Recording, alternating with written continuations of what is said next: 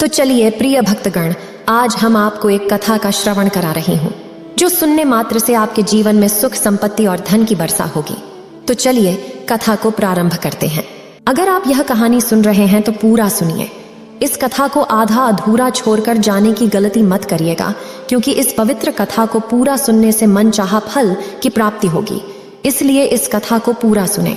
आप शिव भक्त हैं तो भोलेनाथ का अनादर ना करें।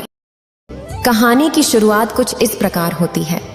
बहुत समय पहले की बात है। एक नगरी में एक व्यक्ति रहता था, लेकिन वह व्यक्ति दुनिया से बहुत नाराज रहता था। उसकी नाराजगी इतनी बढ़ चुकी थी कि वह हर किसी को गलत नजर से ही देखता था। उसे हर कोई गलत नजर आता था। वह दूसरों को गलत और अपने आप को हमेशा एक अच्छा इंसान मानता था। इसलिए उसे हमेशा यही लगता था कि यह दुनिया वाले उसके साथ बुरा कर रहे हैं। उसे हर एक व्यक्ति बुरा ही लगता था, चाहे वह व्यक्ति उसके साथ कितना ही अच्छा व्यवहार क्यों न करे, चाहे वह व्यक्ति उसके साथ कितने ही अच्छे से बर्ताव क्यों न करे। लेकिन उस व्यक्ति को सभी में केवल बुराइयां ही नजर आती थीं। वह हर व्यक्ति की केवल बुराइयां ही करता रहता था और हमेशा एक ही बात कहता कि यह सारे लोग बुरे हैं, केवल मैं ही अच्छा हूँ। उसे हर तरफ केवल बुराइयां ही नजर आती थीं और एक दिन वह इन बुराइयों से परेशान हो गया। इस कारण वह अपना घर छोड़कर एक लंबी यात्रा पर निकल गया। वह यह सोच रहा था कि कभी न कभी तो उसे कोई ऐसा व्यक्ति जरूर मिलेगा जो उसकी तरह अच्छा होगा, जो उसकी तरह अच्छी सोच रखता होगा, जो उसकी तरह लोगों की मदद करता होगा। कई दिनों के सफर के बाद उसकी लंबी यात्रा में जो भोजन उसने अपने साथ लिया हुआ था वह अब समाप्त हो चुका था। इस कारण उसे बहुत भूख लगी थी। भूख के कारण वह इधर उधर भटकने लगा। भूख से उसका बुरा हाल हो रहा था। तभी उसे रास्ते में एक व्यक्ति नजर आया। वह व्यक्ति भी काफी गरीब लग रहा था। वह उस व्यक्ति के पास गया और कहने लगा, भाई, मुझे बहुत भूख लगी है। क्या तुम्हारे पास खाने के लिए कुछ है? क्या तुम खाने की कोई व्यवस्था कर सकते हो? मैं बहुत दूर से आ रहा हूँ, लेकिन अभी तक अपनी मंजिल पर नहीं पहुंचा हूँ और रास्ते में ही मेरा भोजन समाप्त हो गया। इस कारण मुझे बहुत भूख लगी है। यदि तुम मेरे लिए भोजन की व्यवस्था कर दो तो मैं तुम्हारा आभारी रहूंगा। वह दूसरा व्यक्ति बहुत गरीब था। उसके पास खाने के लिए केवल 2 ही रोटियां थीं। उसमें से उसने एक रोटी उस व्यक्ति को दे दी।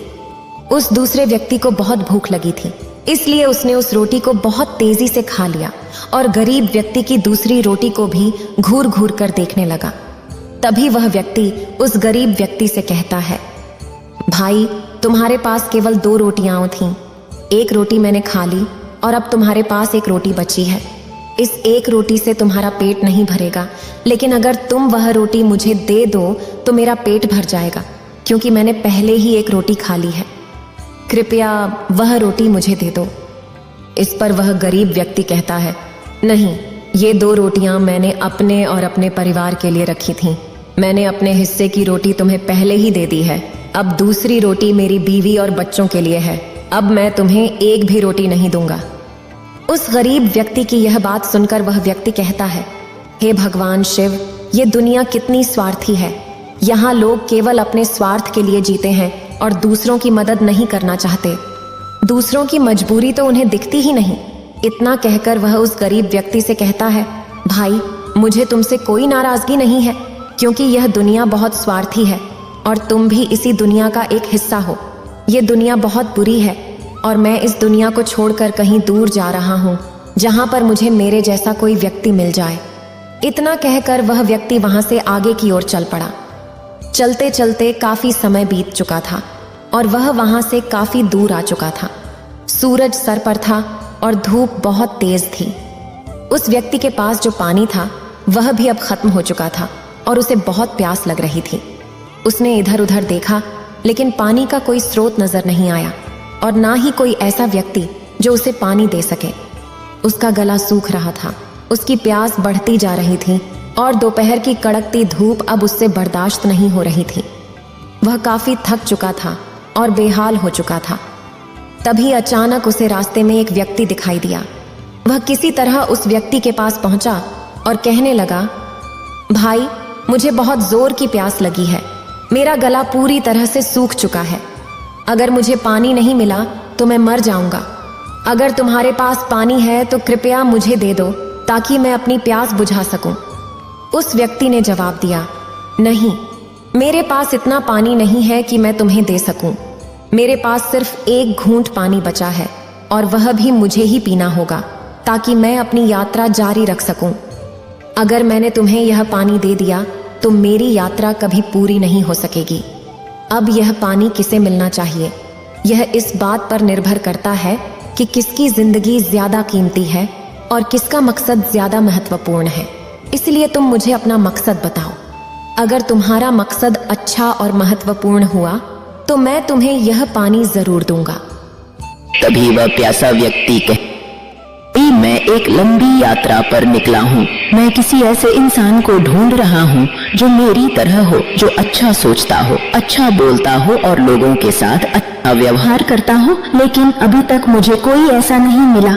इसी कारण मैं इस यात्रा पर अभी भी यूं ही चलता चला जा रहा हूँ। उस व्यक्ति की सुनकर आगे पानी वाले व्यक्ति ने कहा, भाई मैं भी ही निकला हूँ। इस दुनिया में एक ऐसे बुरे आदमी की तलाश हूँ जो बुरा हो, जो किसी के बारे में नहीं सोचता, जो बहुत जिसे केवल अपनी पड़ी हो, दूसरों के बारे में तनिक भी ध्यान नहीं देता, लेकिन अभी तक मुझे भी कोई ऐसा व्यक्ति नहीं मिला। उस पानी वाले व्यक्ति की यह बात सुनकर वह प्यासा व्यक्ति कहता है, भाई अगर ये बात है तो लाओ, ये पानी मुझे दे दो, मैं इसे पी लेता हूँ और फिर तुम्हारा सफर भी यहीं पर समाप्त हो जाएगा। क्योंकि जिस बुरे इंसान की तलाश में तुम निकले थे, मैं तुम्हारे लिए वही बुरा इंसान बनकर तुम्हारे सामने खड़ा हो जाऊंगा। अर्थात तुम्हें भी पानी की जरूरत है और मुझे भी, लेकिन यदि यह पानी मैं पी लेता हूं तो मैं बुरा बन जाऊंगा और तुम्हारी यात्रा भी पूरी हो जाएगी। उस व्यक्ति की यह बात सुनकर पानी वाला व्यक्ति कहता है, भाई अगर यही बात है तो जैसे ही मैं तुम्हें यह पानी दूंगा, मैं भी तुम्हारे लिए एक अच्छा व्यक्ति बन जाऊंगा जिसकी तलाश में तुम निकले हो। क्योंकि यह पानी मेरे लिए भी एक वरदान है, मेरे लिए भी एक जीवन है, लेकिन यह पानी मैं तुम्हें दे दूंगा, तुम्हें तुम्हारे सामने एक अच्छा व्यक्ति बन जाऊंगा और तुम्हारी भी यात्रा यहीं पर समाप्त हो जाएगी। इतना कहकर उस पानी वाले व्यक्ति ने उस व्यक्ति को वह पानी दे दिया। उस व्यक्ति को इतने जोरों की प्यास लगी थी कि उसने झट से वो पूरा पानी खत्म कर दिया और उस पानी वाले व्यक्ति से कहता है, बस इतना सा ही पानी था और इसके लिए तुम मुझे कब से परेशान कर रहे थे। तुमने इतनी बहस की केवल इतने से पानी के लिए, इससे तो मेरी प्यास भी नहीं बुझी। उस प्यासे व्यक्ति की यह बात सुनकर वह पानी वाला व्यक्ति उस व्यक्ति से कहता है, भाई तुम कोई बुरे व्यक्ति नहीं हो, तुम्हें जितनी प्यास थी मैंने तुम्हें उतना ही पानी दिया, लेकिन मेरे पास तो अभी भी बहुत पानी है। तुम तो बड़े भोले लगते हो, तुम मुझे कोई बुरे व्यक्ति नहीं लगते, इसलिए मैंने तुम्हें केवल उतना ही पानी दिया जितनी की तुम्हें आवश्यकता थी। यह सुनकर वह स्वार्थी व्यक्ति एक बार फिर उस पानी वाले व्यक्ति से कहता है, तुम तो बड़े स्वार्थी हो, बहुत बुरे हो, ये दुनिया भी बहुत बुरी है, सभी केवल अपना मतलब देखते हैं, दूसरे की मजबूरी नहीं। मैं आज नहीं तो कल एक ऐसा व्यक्ति अवश्य खोज लूंगा जो मेरे जैसा होगा, जो अच्छा होगा। यह कहकर वह फिर से अपने मार्ग में आगे की ओर बढ़ चला। वह लगातार चलता ही जा रहा था। चलते चलते रात का समय हो चुका था और जिस जगह वह था वहां बहुत ठंड थी। चारों ओर जंगल ही जंगल था। उसे ठहरने के लिए कोई जगह नजर नहीं आ रही थी और उसे बहुत ठंड लग रही थी। उसी जंगल में एक गुरुवर रहते थे। जब उन गुरुवर ने उस व्यक्ति को ठंड से ठिठुरता हुआ देखा तो वे उसे अपने आश्रम में ले आए और कहने लगे, बेटा बाहर बहुत ठंड है, तुम यहीं पर आज रात रुक जाओ, कल सुबह तुम यहाँ से चले जाना। गुरुवर ने उस व्यक्ति को गर्म कंबल भी दिया। जैसे ही गुरुवर ने उसे कंबल थमाया, वह व्यक्ति बोला, महाराज केवल कंबल से काम नहीं चलेगा, ठंड बहुत है तो आप थोड़ी सी लकड़ियां जला दीजिए, तभी यह सर्दी कम हो सकेगी। इस पर गुरु उस युवक से कहते हैं, बेटा इस समय ठंड है और ठंड के कारण सभी लकड़ियां गीली हो चुकी हैं, जिससे उनमें आग नहीं लग पाएगी। यह सुनकर वह व्यक्ति फिर से वही बात बार बार कहने लगा कि सभी लोग केवल अपने स्वार्थ के लिए जीते हैं, यह दुनिया स्वार्थी है, केवल अपना मतलब देखती है। लेकिन जैसे तैसे करके उसने अपनी रात वहां गुजार ली और सुबह उठकर वह गुरु के पास पहुंचा और कहने लगा, महाराज अब मैं अपनी यात्रा पर वापस जा रहा हूं। यह सुनकर गुरु ने पूछा, बेटा कैसी यात्रा?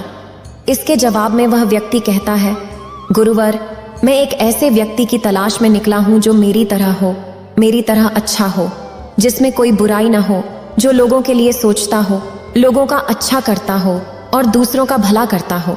लेकिन अब तक मुझे कोई भी ऐसा व्यक्ति नहीं मिला, क्योंकि यह दुनिया बहुत बुरी है, बुरे लोगों से भरी हुई है। हर कोई अपना स्वार्थ देखता है, हर कोई अपने मतलब के लिए जीता है। यह सुनकर गुरुजी उस व्यक्ति से कहते हैं, बेटा अगर ऐसा है तो तुम्हारी यात्रा यहीं समाप्त होती है। क्या मैं एक अच्छा व्यक्ति नहीं हूं? मैंने तुम्हें रात में ठंड से बचाया, अपने आश्रम में रात भर रहने की जगह दी, ओढ़ने के लिए कंबल दिया जिससे तुम ठंड से बचे रहे। क्या ये सब अच्छी बातें नहीं हैं? क्या ये सब अच्छे गुण नहीं हैं? और क्या इन सब वजह से मैं एक अच्छा व्यक्ति नहीं हूं? इसके जवाब में वह व्यक्ति गुरुजी से कहता है, महाराज आप एक साधु हैं, एक गुरु हैं। इसका मतलब यह तो नहीं कि आप अच्छे हैं। यदि आप अच्छे होते तो मैंने रात को ही आपसे कहा था कि लकड़ियां जला दीजिए जिससे ठंड कम हो सके। क्या आपने लकड़ियों का इंतजाम किया? क्या आपने वो लकड़ियां जलाई ताकि ठंड कम हो सके? नहीं, आपने बिल्कुल भी ऐसा कुछ नहीं किया। इसका अर्थ क्या हुआ कि आप भी बुरे हैं। पर मुझे आपसे कोई शिकायत नहीं है, क्योंकि ये दुनिया बहुत बुरी है, बुरे लोगों से भरी हुई है और आप भी उनमें से एक हैं। इतना सुनकर गुरुजी मुस्कुराने लगे और उस व्यक्ति से कहते हैं, बेटा अगर तुम्हें अपने जैसे किसी व्यक्ति की तलाश है तो तुम्हें वापस उल्टी दिशा में जाना चाहिए।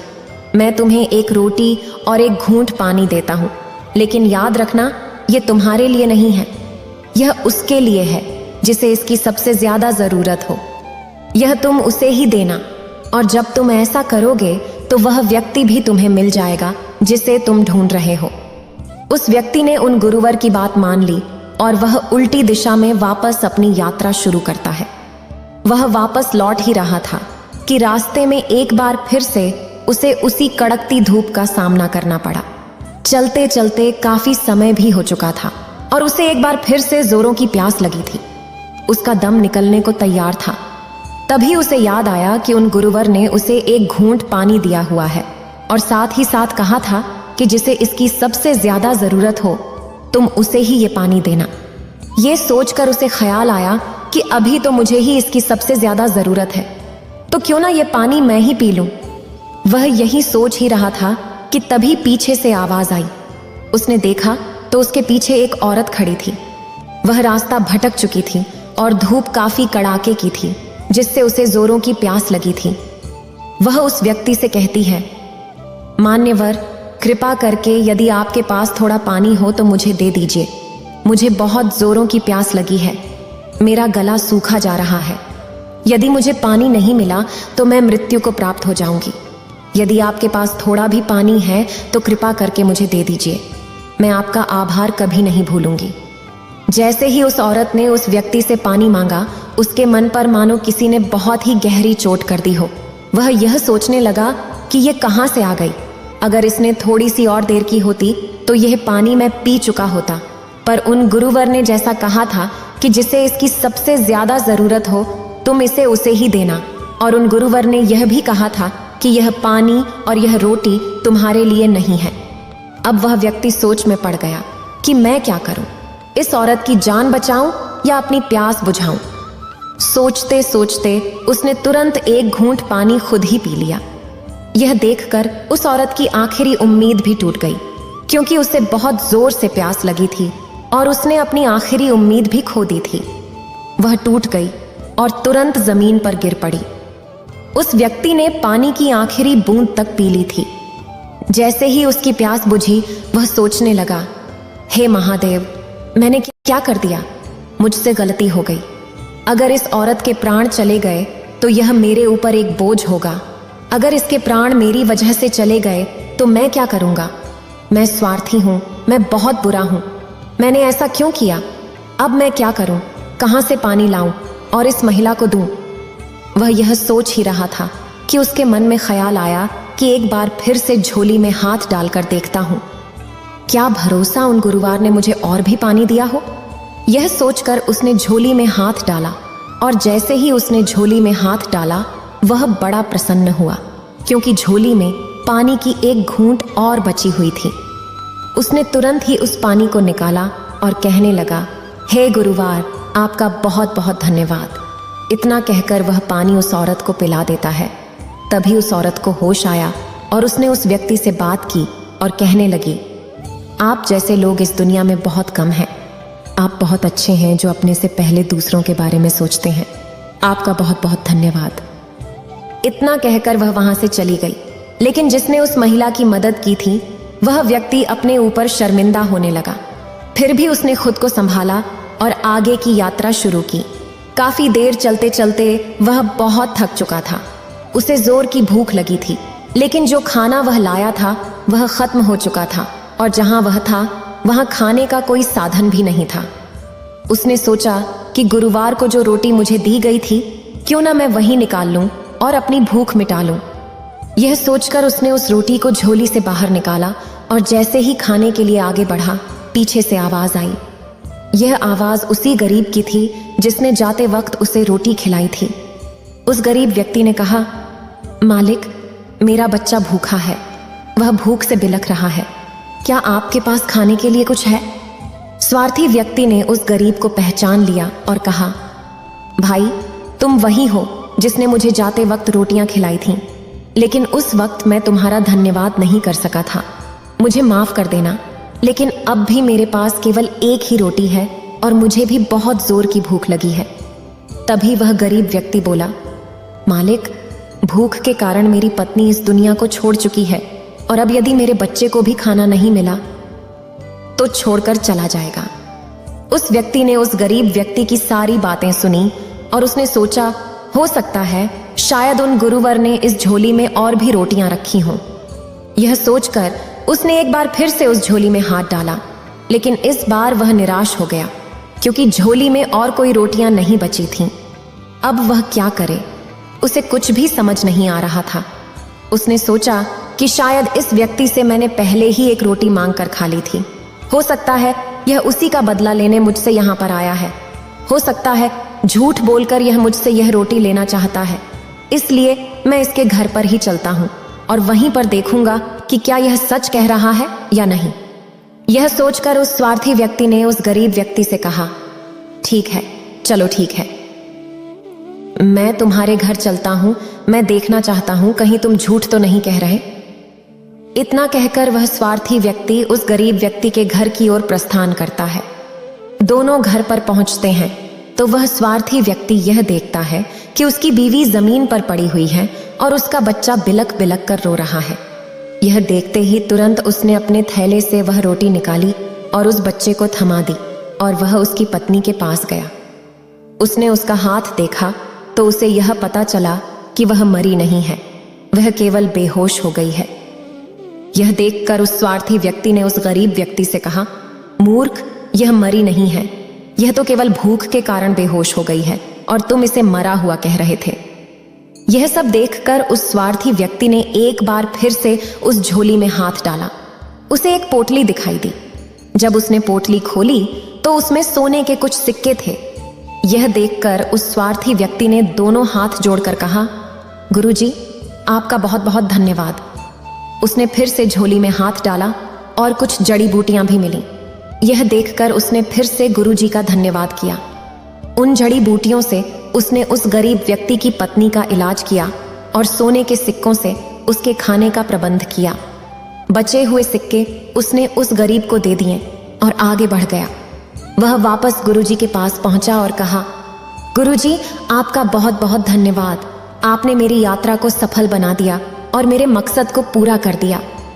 गुरुजी ने पूछा, बेटा, क्या तुम्हें वह व्यक्ति मिला जिसकी तलाश में तुम निकले थे?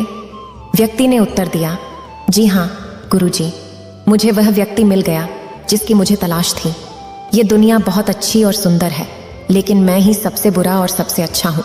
जब मैं बुरा होता हूँ तो मुझे यह दुनिया भी बुरी लगती है, और जब मैं अच्छा होता हूँ तो यह दुनिया भी अच्छी लगती है। इस दुनिया में मदद लेना बहुत आसान है, लेकिन किसी की मदद करना बहुत मुश्किल होता है। मदद देने वाला किस स्थिति से गुजर रहा है ये कोई नहीं जानना चाहता। उसके ऊपर क्या बीत रही है इससे किसी को कोई फर्क नहीं पड़ता। लेकिन ऐसे हालात में भी जो दूसरों की मदद करने से पीछे नहीं हटते, ऐसे लोग बहुत कम होते हैं और वे बहुत महान होते हैं। जब हम बुरा बोलते हैं, बुरा सोचते हैं या बुरा देखते हैं तो हमारे अंदर की अच्छाइयाँ मर जाती हैं और हमें यह दुनिया पूरी तरह से बुरी ही नजर आती है। जबकि अच्छा सोचते वक्त, अच्छा करते वक्त और लोगों की मदद करते वक्त जो अच्छाइयाँ हमारे अंदर उत्पन्न होती हैं, उससे हमें यह दुनिया भी अच्छी नजर आती है। ये जिंदगी बहुत अच्छी है। हमें दूसरों की मदद करनी चाहिए और उनके लिए अच्छा करना चाहिए। इतना कहकर वह उन गुरु को धन्यवाद करता है और वहां से वापस अपने घर की ओर लौट जाता है। श्रद्धालुओं, हमारी जिंदगी भी कुछ ऐसी ही है। हम बिना सोचे समझे किसी को भी कुछ भी कह देते हैं, चाहे वह कितना भी बुरा क्यों ना हो। हमें नहीं पता होता कि सामने वाले की जिंदगी में क्या चल रहा है, फिर भी हम उसे बुरा कहते चले जाते हैं क्योंकि हम स्वार्थी होते हैं। हमें सिर्फ अपने मतलब से मतलब होता है। अगर कोई हमारा काम पूरा कर दे तो सब कुछ बहुत अच्छा लगता है और अगर कोई हमारा काम पूरा ना करे तो सब बहुत बुरा लगता है। जब किसी के घर में दुख और पीड़ा हो रही हो तो हमें मजा आता है, लेकिन जब वही आप पर बीतती है तब आपको उसका एहसास होता है। इस वीडियो को बोलते समय कोई त्रुटि हो तो मैं क्षमा चाहती हूँ। उम्मीद है आप सभी को ये वीडियो अच्छी लगी होगी। अगर आप शिव के सच्चे भक्त हैं तो चैनल को सब्सक्राइब और वीडियो को लाइक करके कमेंट में हर हर महादेव लिख दीजिए।